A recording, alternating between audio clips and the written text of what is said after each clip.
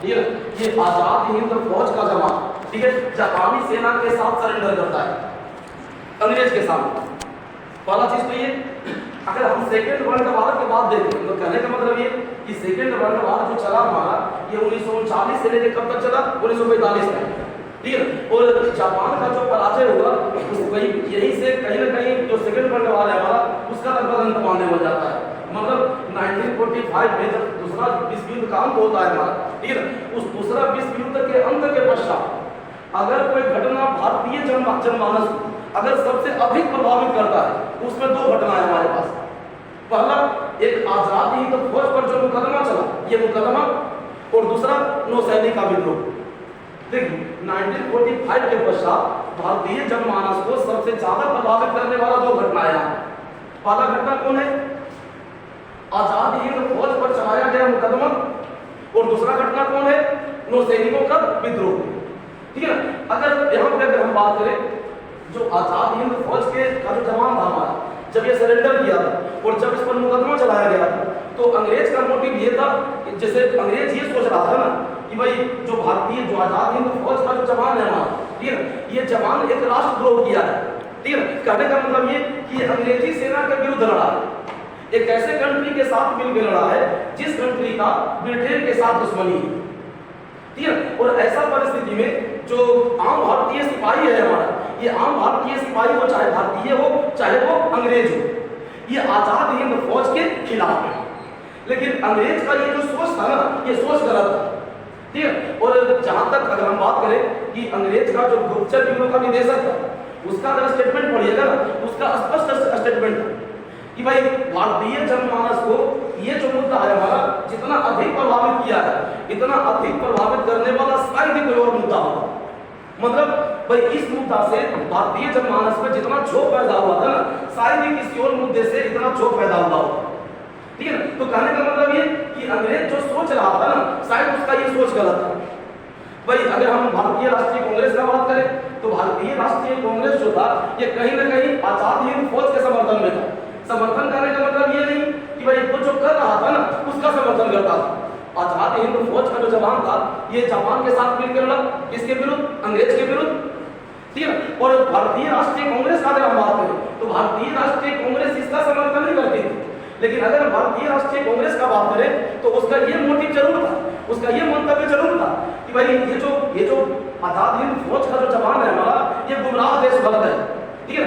कहने का मतलब ये गुमराह जरूर है, लेकिन रियल में कौन है, रियल में क्या है, तो देशभक्त है, ठीक है। और जहां तक पंडित नेहरू का सवाल रह गया, तो पंडित नेहरू यहाँ पे अपील भी किए थे कि भाई जो गुमराह देशभक्त है, उसके प्रति उदार दृष्टिकोण अपनाया जाना चाहिए, ठीक है। भाई यहाँ पे अगर भारतीय राष्ट्रीय कांग्रेस का बात करें, तो भारतीय राष्ट्रीय कांग्रेस जो है हमारा, ये आजाद हिंद फौज के पर जो मुकदमा चल रहा था लाल किला में, उस मुकदमा में बचाव के लिए, ठीक है ना, आजाद हिंद फौज बचाव समिति का भी गठन किया।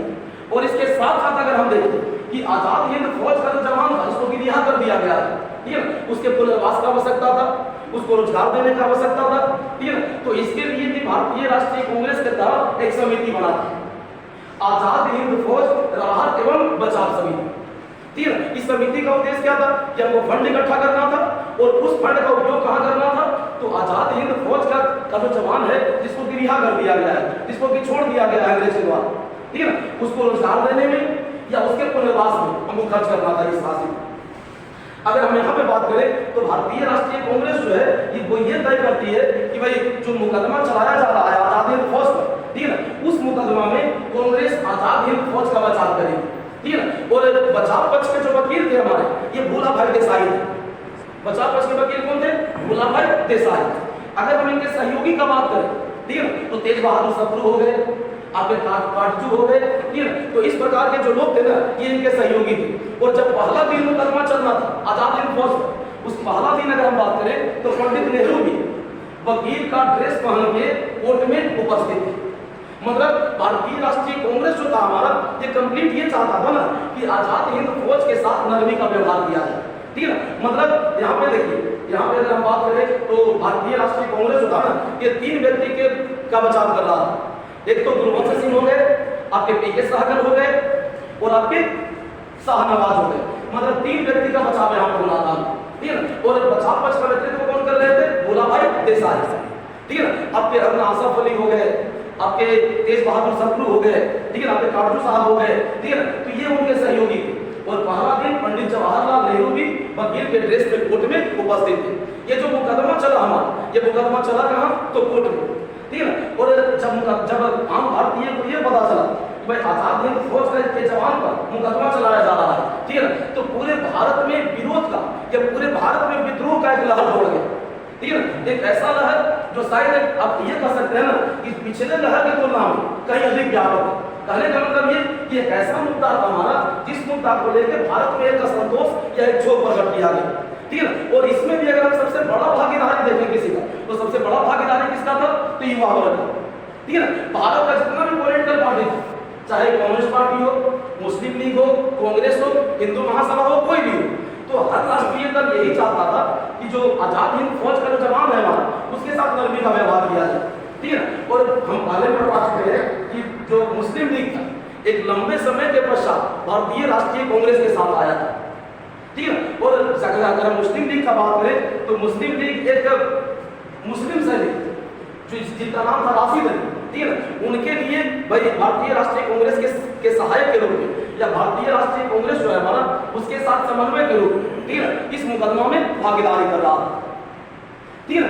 यहाँ पे अगर हम बात करें तो भारत का कोई छोटा सा क्षेत्र नहीं, भारत का कोई एक हिस्सा नहीं, भारत के लगभग प्रत्येक हिस्से में, ठीक है ना, इस मुद्दे को लेकर एक जन आंदोलन चला।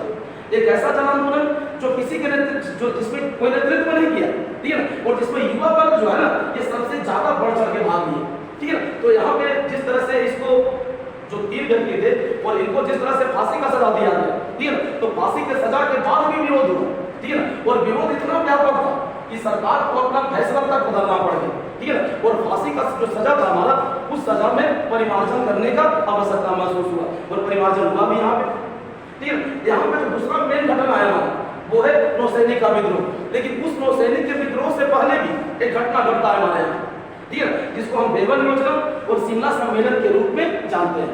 अब सबसे बड़ा चीज कि बेबल योजना क्या है और उसके रिस्पेक्ट में जो शिमला सम्मेलन हुआ हमारा, ये शिमला सम्मेलन है। बेबल योजना का नाम सुने? बेबल योजना का नाम सुने?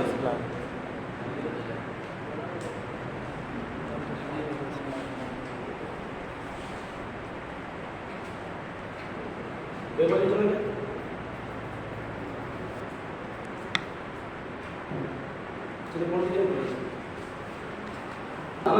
ये सेना का जवान भी विद्रोही का भाषण सुनने जाता था। मतलब इससे पहले सेना का जवान जो होता था ना, ये कांग्रेस के नेता का भाषण सुनने नहीं जाता था, ठीक है, मतलब उसको परमिशन नहीं थी। अब स्थिति में परिवर्तन हो गया, अनुमान लगा सकते हैं कि एक बड़ा चेंज आया देश में, ठीक है। और यही चेंज ये दर्शा रहा था कि सेना भी अब बगावत के लिए तैयार है। और यही से ब्रिटिश सरकार का जो काम है ना खटकना शुरू हो गया कि भाई अब भारत पर को लंबा समय तक शासन नहीं कर सकता है। मतलब अब जो अंग्रेज है भारत में उसका उल्टा गिनती शुरू हो चुका है। और इसके 2 साल के बाद ही तो ऐसा हुआ कि भारत हमारा आजाद हो गया। वही 2 साल के बाद 45 में हुआ, 47 में देश आजाद, 46 में नाभिक विद्रोह हो। एक जो घटना जिसका हम हेडिंग दिमाग है, ये घटना भी हमारा 1945 में। देखिए यहाँ पे हुआ क्या था, अगर हम 1943 का बात करें, 1943 का बात करें, तो 1943 में क्या हुआ कि लॉर्ड लिथगो, ठीक है ना, इस समय जो भारत के वायसराय थे कौन थे? लिथगो, ठीक है। लिथगो के स्थान पर लॉर्ड बेटन भारत के नए वायसराय नियुक्त हुए। कौन नियुक्त हुए? लॉर्ड बेटन। जिस समय लॉर्ड बेटन को भारत का वायसराय नियुक्त किया गया, उस समय भारत में भारत छोड़ो आंदोलन चल रहा था, ठीक है ना। और भारत का जो पॉलिटिकल वातावरण था हमारा, जो राजनीतिक वातावरण था हमारा, एकदम तनावपूर्ण था, ठीक है ना। कहने का मतलब ये कि भाई एक आम भारतीय और अंग्रेज के बीच एक संघर्ष का नौबत आ चुका था। और अब सबसे बड़ा चीज तो ये भाई इसी परिस्थिति में लॉर्ड बेटन जो है ना, ये भारत का वायसराय बन के आता है, ठीक है। अगर हम 1945 का बात करें, ठीक है ना, तो 1945 में ब्रिटेन में चुनाव होता है। जब सेकंड वर्ल्ड वॉर खत्म हुआ तो सेकंड वर्ल्ड वॉर के बाद ब्रिटेन में चुनाव होता है और कंजर्वेटिव पार्टी के स्थान पर, ठीक है ना, जो लेबर पार्टी है हमारा, ये सत्ता में आता है। और जो क्लीमेंट एटली है हमारा, ठीक है ना, ये हमारा प्रधानमंत्री बनता है ब्रिटेन। अगर हम लेबर पार्टी का बात करें तो लेबर पार्टी जो है ये भारत के स्वतंत्रता का समर्थक है।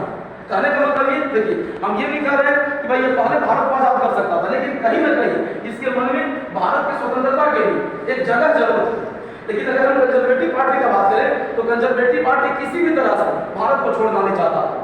जब इटली ब्रिटेन का प्रधानमंत्री बना, ठीक है, उस समय जो लॉर्ड वेबल था हमारा, ठीक है, तो लॉर्ड वेबल को ये लग रहा था कि जो स्थिति हमारा तनावपूर्ण बना हुआ है, ठीक है, उस तनावपूर्ण वातावरण में थोड़ा सा परिमार्जन की आवश्यकता है, ठीक है। और इस परिमार्जन के लिए अगर हम इस समय पर बात करें ना तो कांग्रेस के जो मेन लीडर थे हमारे, ये जेल में बंद थे, ठीक है। तो कहीं ना कहीं वातावरण को सामान्य बनाने के लिए जो लॉर्ड वेबल है हमारा, सबसे पहले क्या करता है कि जो कांग्रेस के मेन लीडर थे हमारे, जिनको कि जेल में बंद रखा गया था भारत छोड़ो के बाद, ठीक है, इनको सबसे पहले जेल से रिहा किया जाता है, ठीक है। हमारे पंडित जवाहरलाल नेहरू हो गए, ठीक है, या जो मौलाना अबुल कलाम आजाद हो गए जो कांग्रेस के अध्यक्ष थे समय, ठीक है, हर व्यक्ति को यहाँ पे जो जेल में बंद थे उनको जेल से रिहा कर दिया गया। जब जेल से रिहा किया गया तो 1945 में जो लॉर्ड वेबल था ना, ये भारतीयों के सामने एक प्रस्ताव रखता है, ठीक है। अब इस प्रस्ताव में दो मेन पहलू था।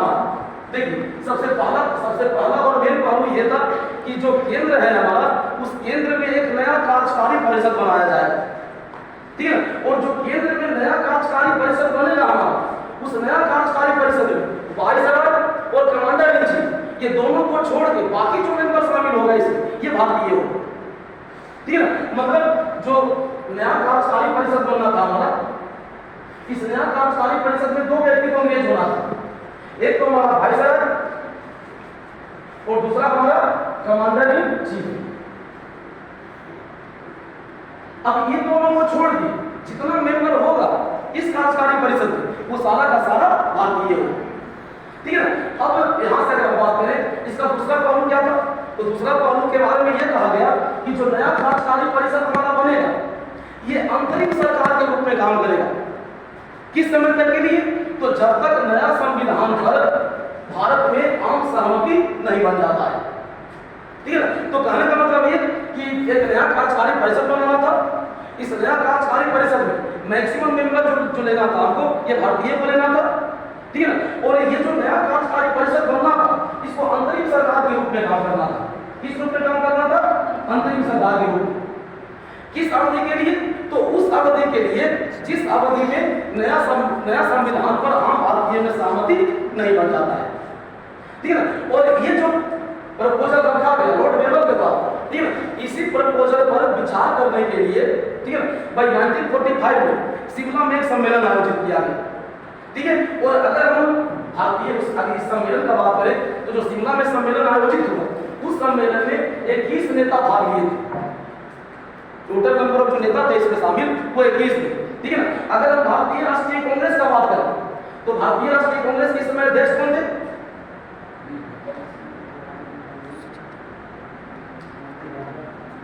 भारतीय राष्ट्रीय कांग्रेस के अध्यक्ष कौन थे,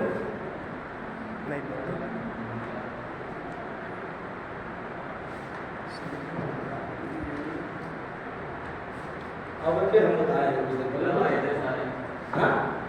हाँ 40 से 45 तक कांग्रेस के अध्यक्ष कौन थे, मौलाना अबुल कलाम आजाद, ठीक है ना। तो मौलाना अबुल कलाम, जो अगर हम कांग्रेस का बात करें तो कांग्रेस की तरफ से जो मौलाना आजाद थे हमारे, ठीक है ना, ये भाग लेते हैं।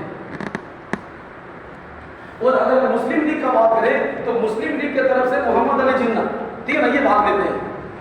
जो शिमला सम्मेलन का हमारा बैठक हुआ, उस बैठक में मुस्लिम लीग के द्वारा एक प्रस्ताव रखा गया कि जो नया कार्यकारी परिषद बनेगा, इस नया कार्यकारी परिषद में जो भी मुसलमान को शामिल किया जाएगा, ये सारा का सारा मुसलमान मुस्लिम लीग से ही लिया जाएगा, ठीक है। भाई मोहम्मद अली जिन्ना का यह कहना था कि भाई जो मुस्लिम लीग नामक जो संगठन है हमारा, ये एकमात्र संगठन है जो भारत के मुसलमान का प्रतिनिधित्व करता है, ठीक है ना। और जो नया कार्यकारी परिषद बनेगा, उस कार्यकारी परिषद में सभी मुस्लिम सदस्य लीग से ही होना चाहिए।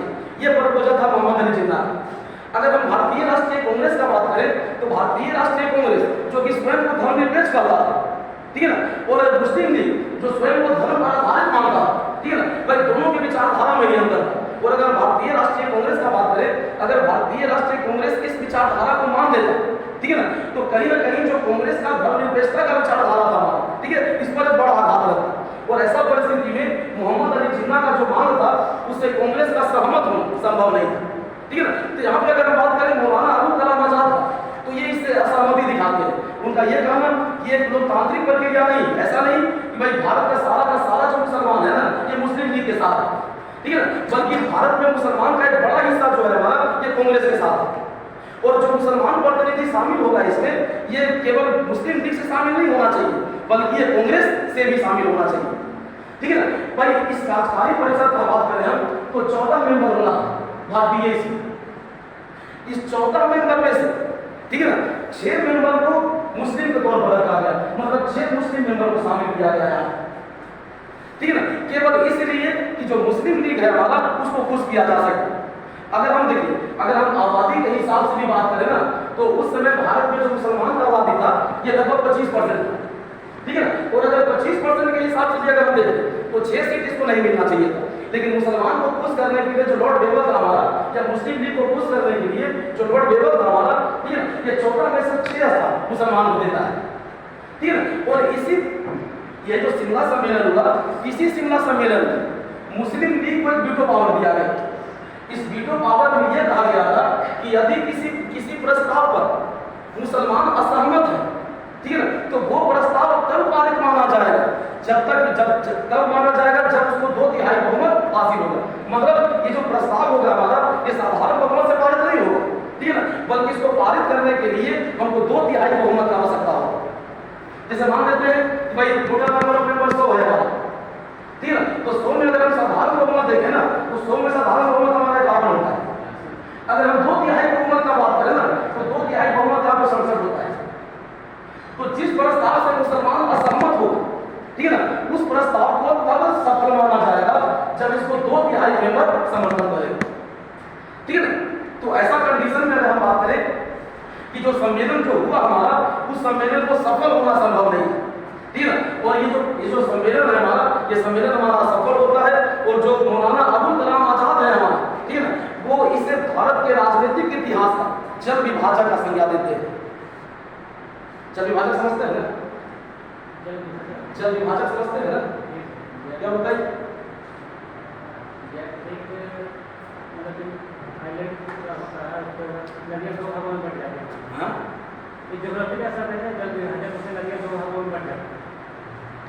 एक नदी जा रही है, नहीं बनने चाहिए।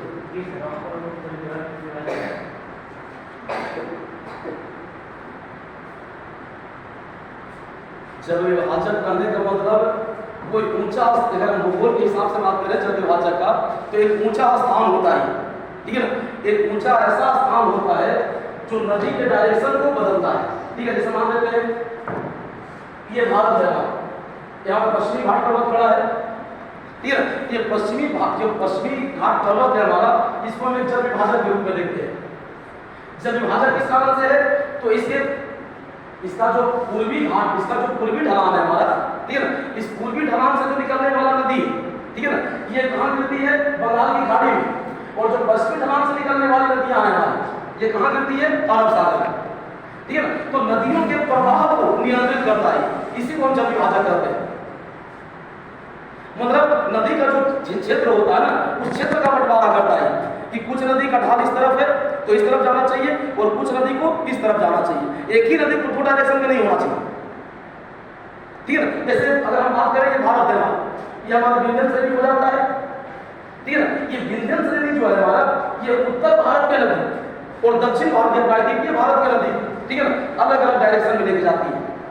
अगर ये नहीं होता ना तो शायद स्थिति कुछ और होता, लेकिन विंध्यन श्रेणी जो है हमारा, ये उत्तर और दक्षिण भारत के बीच एक जल विभाजक के रूप में, ठीक है ना। मतलब जो जल का बंटवारा करता हो, जल विभाजक कहलाता है ये। और अगर हम अबुल कलाम आजाद की बात करें ना, तो अबुल कलाम आजाद जो है हमारा, ठीक है, इसको भारत के राजनीतिक इतिहास का जल विभाजक बताया, याद रखिएगा। शिमला सम्मेलन की असफलता, क्या क्या प्रपोजल रखा कहते हैं यहाँ पे? क्या क्या प्रपोजल रखा कहता है? 2 प्रपोजल रखा कहते हैं। मुस्लिम अगर नहीं चाहती है तो उसको पारित बिना मुस्लिम की मर्जी किसी को विधेयक को पारित नहीं कर सकता। उसको पारित करने के लिए विशेष बहुमत हुआ 3/3 से पारित करना होगा। हम दो को प्रपोजल बताए थे, रिपोर्ट कीजिए इसको। सम्मेलन में भाग लेने गए थे, शिमला सम्मेलन जो हुआ था ना, उस सम्मेलन में भाग लेने वाले 21 नेता, ठीक है ना, और जो कार्यकारी परिषद बन रहा था ना, उसमें 14 भारतीय मेंबर बना था।